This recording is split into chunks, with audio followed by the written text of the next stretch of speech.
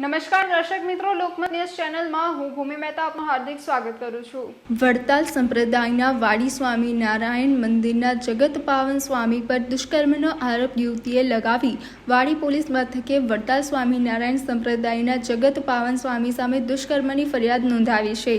ફરિયાદી યુવતીએ મીડિયા સાથેની વાતચીતમાં જણાવ્યું હતું કે આ ઘટના 2016ની છે અને હું આજે ફરિયાદ નોંધાવવા માટે આવી છું। હું જગત પાવન સ્વામી સામે ફરિયાદ નોંધાવવા આવી છું। તેઓ 2016માં વાડી સ્વામિનારાયણ મંદિર ખાતે કોઠારી સ્વામી હતા।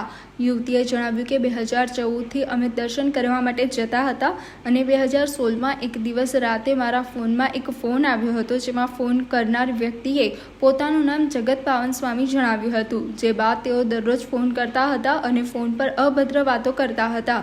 તેણીએ આક્ષેપ કરતા જણાવ્યું હતું કે જગત પાવન સ્વામીએ 2016માં ઘડિયાળ ગિફ્ટ કરવાના બહાને મને વાડી મંદિરના નીચેના રૂમમાં બોલાવી હતી અને પછી દુષ્કર્મ આચર્યું હતું।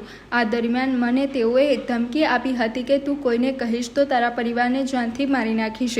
તેણીએ જણાવ્યું કે સ્વામી સોશિયલ મીડિયા પરનું ગ્રુપ હતું, જેમાં ગ્રુપ વિડીયો કોલ કરાવતા હતા અને તેમાં ખરાબ હરકતો કરાવતા હતા। આ ઘટના બની ત્યારે મારી ઉંમર 14 વર્ષની હતી અને અત્યારે મારી ઉંમર 23 વર્ષ છે।